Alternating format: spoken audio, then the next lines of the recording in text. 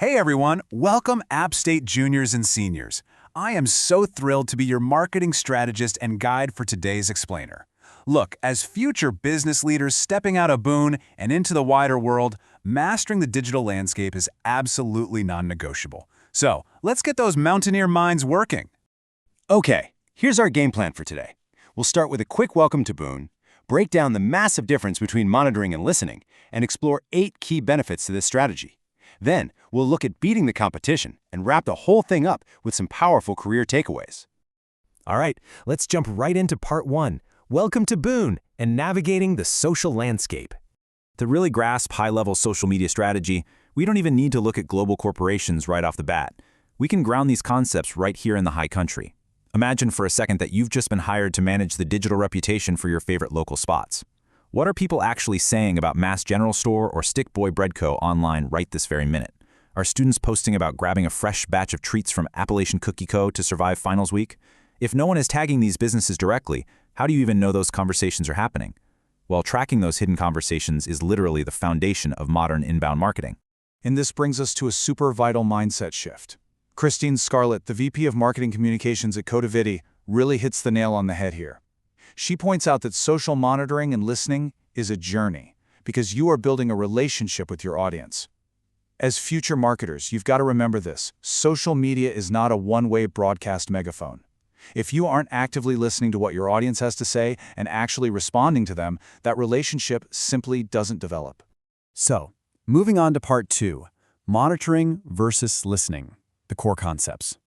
These are the fundamental definitions you absolutely must master before you graduate and enter the workforce. First up, we have social monitoring. This is the act of actively looking for mentions of your brand, your products, or your competitors, and broadly measuring what the market is saying. It's essentially passive data gathering. Contrast that with social listening, which is where you track, analyze, and actually respond to those conversations. Listening centralizes the chatter so you can jump in and join it. So think of it this way. Monitoring is passive observation, but listening is the active strategic process of stepping right into the chat. So why is active listening so incredibly critical? Well, consider this major wake-up call. 56% of consumers will unfollow a brand entirely if they experience poor customer service on social media. Seriously, one ignored tweet, one unaddressed complaint, and boom, you've lost them. Social customer service just isn't an optional perk anymore, guys. It is the new normal. And the urgency definitely doesn't stop there. 40% of customers literally expect a response within a single hour after posting a complaint online. I mean, think about that. That is an incredibly tight window for a brand to capture that feedback, route it to the right team, and craft a genuinely helpful human response. But hey, please don't let those numbers scare you, because there is a massive opportunity hidden in all that data.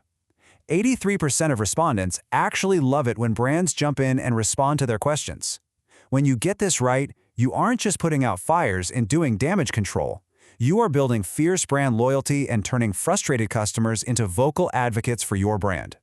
Which brings us nicely to part 3, the 8 key benefits, basically a strategist's playbook. Mastering these skills is going to give you a serious competitive advantage out there. Let's break down the first 4 benefits. First, listening lets you measure campaign performance. Did your audience love that last marketing push, or did it totally ruffle their feathers? Second, you can manage your brand reputation, catching those minor issues before they spiral into full-blown PR disasters. Third, it helps you identify superfans. Think about the students who are constantly posting about game day over at Kid Brewer Stadium. You can leverage that totally authentic word of mouth. And fourth, it helps you discover completely new product ideas just by listening to customer pain points. Actually, speaking of that fourth benefit, let me throw a theoretical question out to the classroom. How on earth can digital social listening actually invent a brand new physical product? It kind of sounds like a stretch, right? Well, let me share one of the most brilliant enterprise case studies in modern marketing. Okay, so Netflix was monitoring online conversations, and they noticed a highly recurring theme. Users were constantly complaining about falling asleep while binge-watching their favorite shows, and then waking up completely lost. So they took that exact pain point, and they invented Netflix Socks. It's smart apparel that actually detects when you've dozed off and sends a signal to automatically pause your TV. It was genius, it went incredibly viral, won huge industry awards, and endeared millions to their brand, all because they were paying close attention to everyday casual social chatter. All right, moving to the second half of our playbook. Benefit 5, Watch the competition. 6. Find new business opportunities or unseen gaps in your industry. 7. Source new leads. And this one is massive, you guys. Active listening allows a brand to swoop right in and steal leads from unresponsive competitors. Literally, if someone complains about a competitor on Twitter and you chime in right away with a helpful solution, that customer is highly likely to switch to you. And finally, 8. Set strategic benchmarks so you can accurately measure your future growth. Let's dig into that competitive side in part 4, learning from the competition. Developing competitive intelligence is just a vital skill for any junior or senior stepping into a marketing role today, and I absolutely guarantee hiring managers are gonna ask you about it. As Brayton Ducharme, a senior account executive at Crayon, points out, watching competitors helps you identify the moves they might be making so you can prepare. Like, if a rival suddenly starts posting heavily about a specific topic, say automation, they might be gearing up to launch a new feature. So monitoring isn't about blindly copying them. It's about anticipating their shifts so you can stay one step ahead. Let's look at a true masterclass in competitive agility. Back in 2019, the exercise company Peloton launched a holiday ad that the internet absolutely hated. Now, Aviation Gin, which is owned by the actor Ryan Reynolds, was carefully monitoring this viral blunder. But instead of bashing Peloton directly, which honestly can just look petty, they simply hired the exact same actress from the Peloton ad and created a brilliant sequel ad featuring her next steps.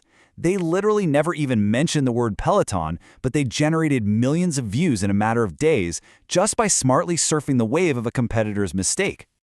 Okay, bringing it all home with part 5, your strategic takeaways from App State to the real world.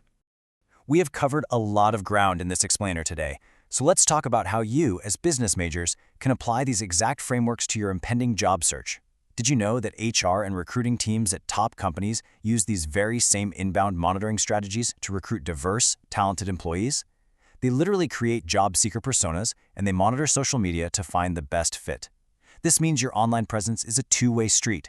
You can use social listening to monitor the companies you want to work for, engage with their content thoughtfully, and position yourself exactly where they're looking. You are essentially building your own personal brand using the very strategies we've discussed today. As we wrap up today, I want to leave you with one final, provocative thought.